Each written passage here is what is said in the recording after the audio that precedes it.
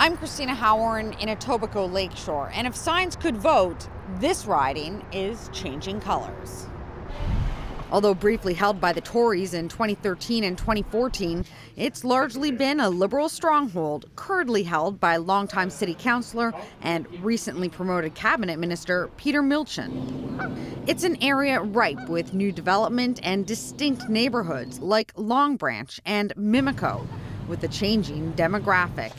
And while Milczyn should be a shoo-in for this seat, recent polls show the Liberals are overall falling flat, currently in a distant third with only 14% of support across the province, with the NDP leading the way, something that isn't lost on area candidate Phil Trotter. As if the poll numbers are going up, it's kind of matching the momentum, the request for signs and people wanting to volunteer, fundraising, all that stuff is really going well. So it's a good time, a hopeful time for us. Now, the Liberals may be lagging in the polls, but they have a secret weapon of sorts when it comes to Etobicoke-Lakeshore, and it's called transit. I'm in Humber Bay Shores, and if you can take a peek around me, it is surrounded by condos. That's tens of thousands of people, but very few transit options. Well, the city and the province have just committed to funding a new waterfront transit line. And then there's this site behind me. It's the former Christie plant. It is now going to be, at least in part, a new Park Lawn GO station.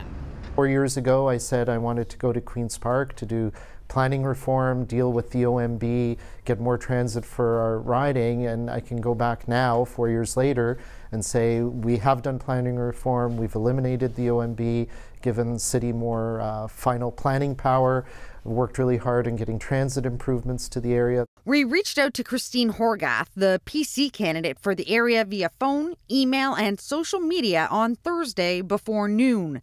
They have not yet responded.